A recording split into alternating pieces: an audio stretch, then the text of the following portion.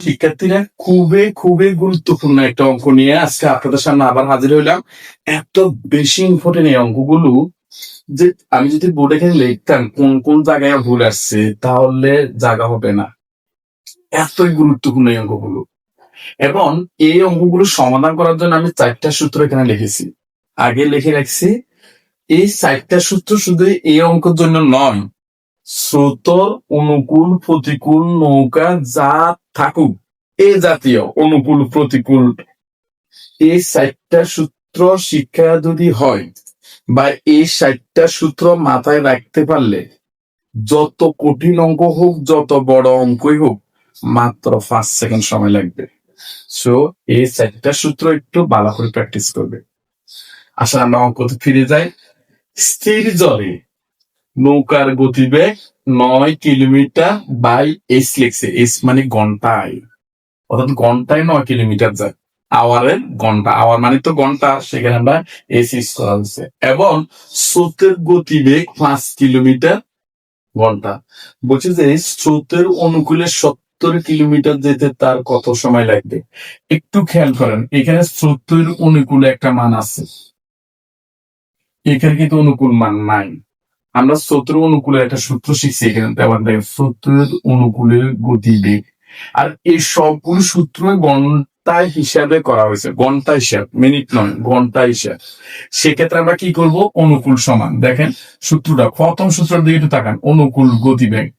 আমি আর গতিবেগটা লিখছি না, অনুকূল গতিবেগ, নৌকার গতিবেগ যোগ স্রোতের গতিবেগ। নৌকার গতিবেগ দেখেন, নৌকার গতিবেগ কত আছে 9, দিলাম 9, যোগ স্রোতের গতিবেগ কত আছে 5, রাইট? 9 আর 5 কত 14, এত কিলোমিটার। আশা করি এটা নিয়ে কারো প্রশ্ন নাই। এখন বলছে এইটা আমাদের অনুকূল বেগ আমরা পাইছি, আবার একটা অনুকূল বেগ কইছে এত অনুকূল মানে স্রোতের অনুকূলে 70 কিলোমিটার যেতে তার সময় লাগবে কত। আচ্ছা বলতো দেখি, এই যে অনুকূল বেগটা আমরা পাইছি 14 কিলোমিটার, এটা কি হিসেবে হয়েছে, ঘন্টায় না? এখানে যতগুলো সূত্র আছে সবগুলো ঘন্টা হিসাব। অনুকূল গতিবেগ ঘন্টায়, নৌকার গতিবেগ যোগ স্রোতের গতিবেগ।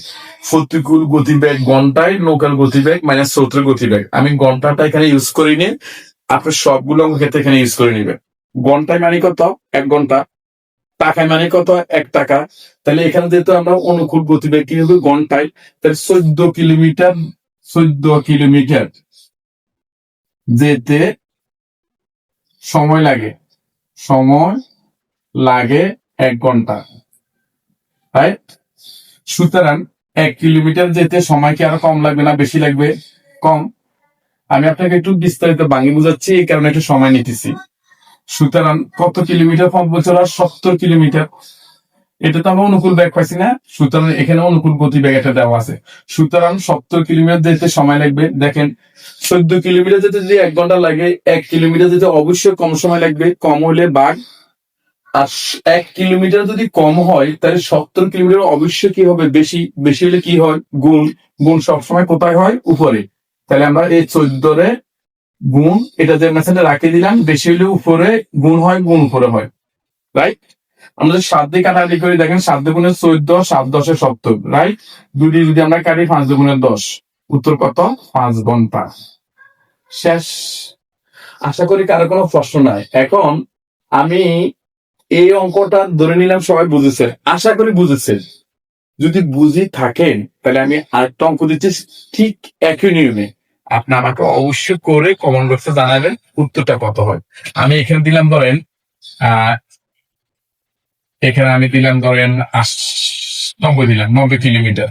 এখানে দিলাম আমরা দিলাম ধরেন 10, আর এখানে দিলাম আমরা ধরেন দিলাম 20। তাহলে কত সময় লাগবে অবশ্যই কমেন্ট করে জানাবেন। প্রিয় শিক্ষার্থীরা, আশা করি সবাই অঙ্কটা খুব ভালো লেগেছে। ভালো লাগলে অবশ্যই শেয়ার করে দিবেন। ফেসবুক থেকে দেখলে পেজটাকে ফলো দিবেন, আর ইউটিউব চ্যানেল থেকে দেখলে অবশ্যই চ্যানেলটাকে সাবস্ক্রাইব করে রাখবেন। ধন্যবাদ সবাইকে। আসসালামু আলাইকুম।